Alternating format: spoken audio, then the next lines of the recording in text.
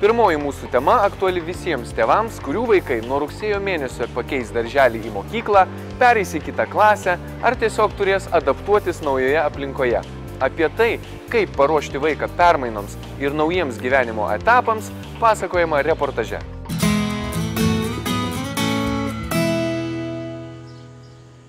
Šie darželinukai tuoj turės atsisveikinti su savo auklėtojomis ir rudenį keliaus į 1. klasę.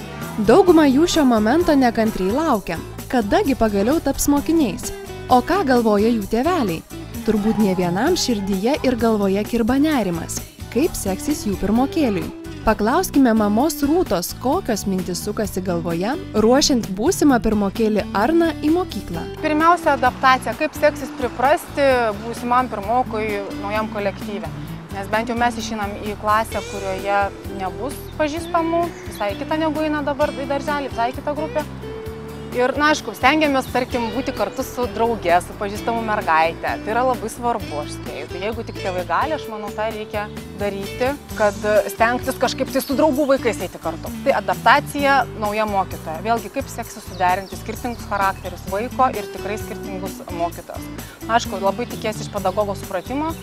Labai tikiesi, kad jisai padės tam vaikui ir priprasti ir suprasti, kas yra svarbiausia, bet dėl pedagogo man neramu yra, ar nenuslopins noro mokytis. Ne vienas tėvelis pritars mamai Rūtai, jog panašios mintis ir jį aplanko. Tad kaip padėti vaikui adaptuotis naujame kolektyve? Ir kaip pamatyti, pajusti, kad pirmokėliui reikia padėti susidraugauti, gal palaikyti jį ar padrąsinti. Na, tėveliai, aišku, pastebi, kaip vaikas pasakoja, ką jis pasakoja grįžęs iš mokyklos, kaip jis jaučiasi, ar jisai pilnas įspūdžių ir patenkintas ir jam viskas įdomu, ar jisai pradeda sakyti, kad aš nebenoriu, kad aš nesikelsiu, galbūt reiškiasi kažkur naktys, gal sunkiau užmiega. Be abejo, tėveliai turi labai glaudų ryšį palaikyti su mokytojais, kurie taip pat stebi, mato tą vaiką visą dieną. Ir galbūt jis ten bendravimo kažkokių problemų turi, gal jis nesusitarė su draugais ir gal kažkas dar sunkiau. Bet pirmi tie metai mokykloje visada yra viena ilga didelė adaptacija. Ką daryti, kad vaikui būtų lengviau priprasti naujoje aplinkoje?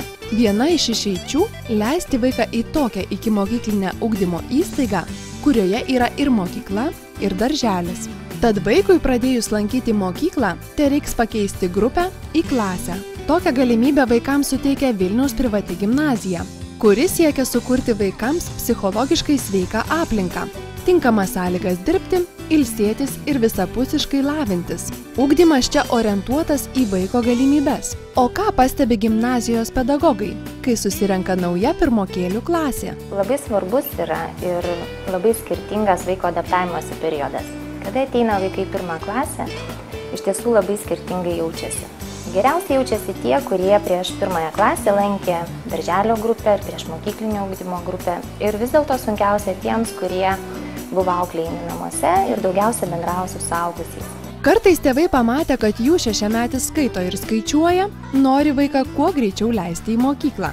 Kitigi labai pergyvena, jei jų parašomąją darželio grupę lankantis 7 metų vaikas dar tik pažįsta raides. Tad paklauskime specialistų, ką reiškia sąvoka pasiruošęs mokyklai. Vaiko brandumas mokyklai yra visiškai ne jo mokėjimas skaityti, rašyti ar skaičiuoti. Tai nėra lemiamas matas.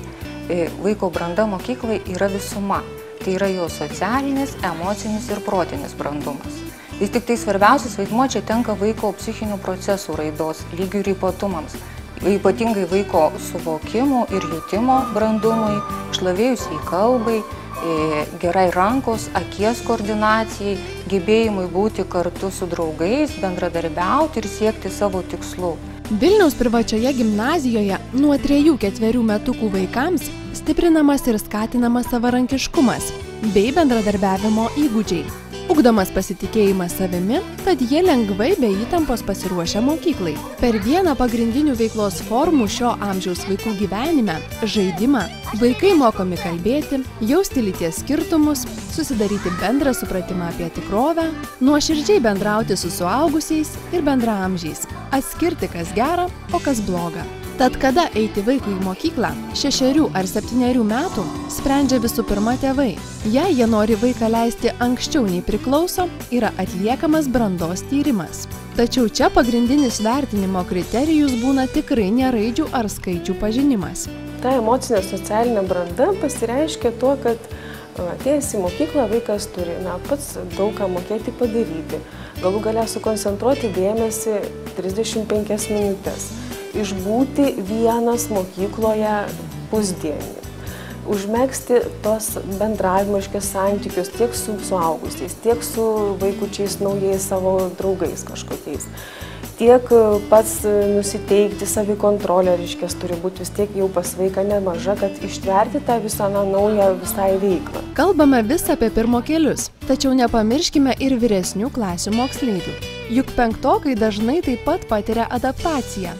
Nauja klasė, nauji mokytojai, dar didesni nei anksčiau keliami reikalavimai ir prasidedanti lytinė branda. Taip pat atsiranda, kaip aš sakau, daug labai įvairių reikalavimų naujų jiems. Taip pat jeigu keičiasi mokykla ar klasė, draugai nauji, ar jis įsilies, ar sugebės užmegzti tos ryšius, gal kažkoks atskirtas liks. Ir vėlgi čia taip pat psichologai turi darbo tirti, ištirti, stebėti, pastebėti. Be abejo, kai yra bendradarbiavimas su mokytojais, su tėvais, yra daug paprasčiau spręsti tas problemas. Sunkiausia turbūt, aišku, jeigu yra nežinoma aplinka visai svetima, tai yra vaikui, kuris ateina iš kitos mokyklos, galbūt šiek tiek sunkiau yra, negu tam, kuris toj mokykloje mokosi jau pradinėse klasėse. Bet dauguma mūsų gimnazijos mokinių mokosi nuo mažens, nuo 1 klasės, netgi nuo darželio. Ir jiems ta adaptacija tikrai nėra sudėtinga. Aš manau, kad jie tokie žingeidūs, tokie smalsūs, kad jiems ta adaptacija yra tiesiog įdomi labai. Ar adaptacinės problemos mokykloje, 1 ar 5 klasėje gali įtakoti patį ugdymo procesą? Jeigu vaikas blogai jaučiasi, jis patiria kažkokį ypatingą stresą, nesusitvarko, kaip pasakyti, pats su savo problemomis, be abejo, tai visada atsispindi moksle. Tai yra motyvacijos praradimas, tai gali būti iššaukiantis elgesys kažkoksai. Tai gali būti netgi ir fiziologiniai sutrikimai prasidėti, vadinami tie psichosomatiniai, taip pat pykinimas, galvos skausmai. Vilniaus privačios gimnazijos pradinėje pakopoje, 1-4 klasėje ugdomi gabumai ir visapusiška asmenybė. Formuojamas teigiamas požiūris į save, mokomosi bendrauti su bendraamžiais, identifikuoti save bendruomenėje, išmokstama skaityti, rašyti, skaičiuoti. 5-8 klasėse didžiausias dėmesys skiriamas užsienio kalboms, popietiniam ugdymui, namų darbų ruošai, konsultacijoms, ekonomikos ir verslumo pagrindams. O apie popamokinę veiklą ir jos svarbą mokyklinio amžiaus vaikams papasakosime kitoje Padėkime augti laidoje.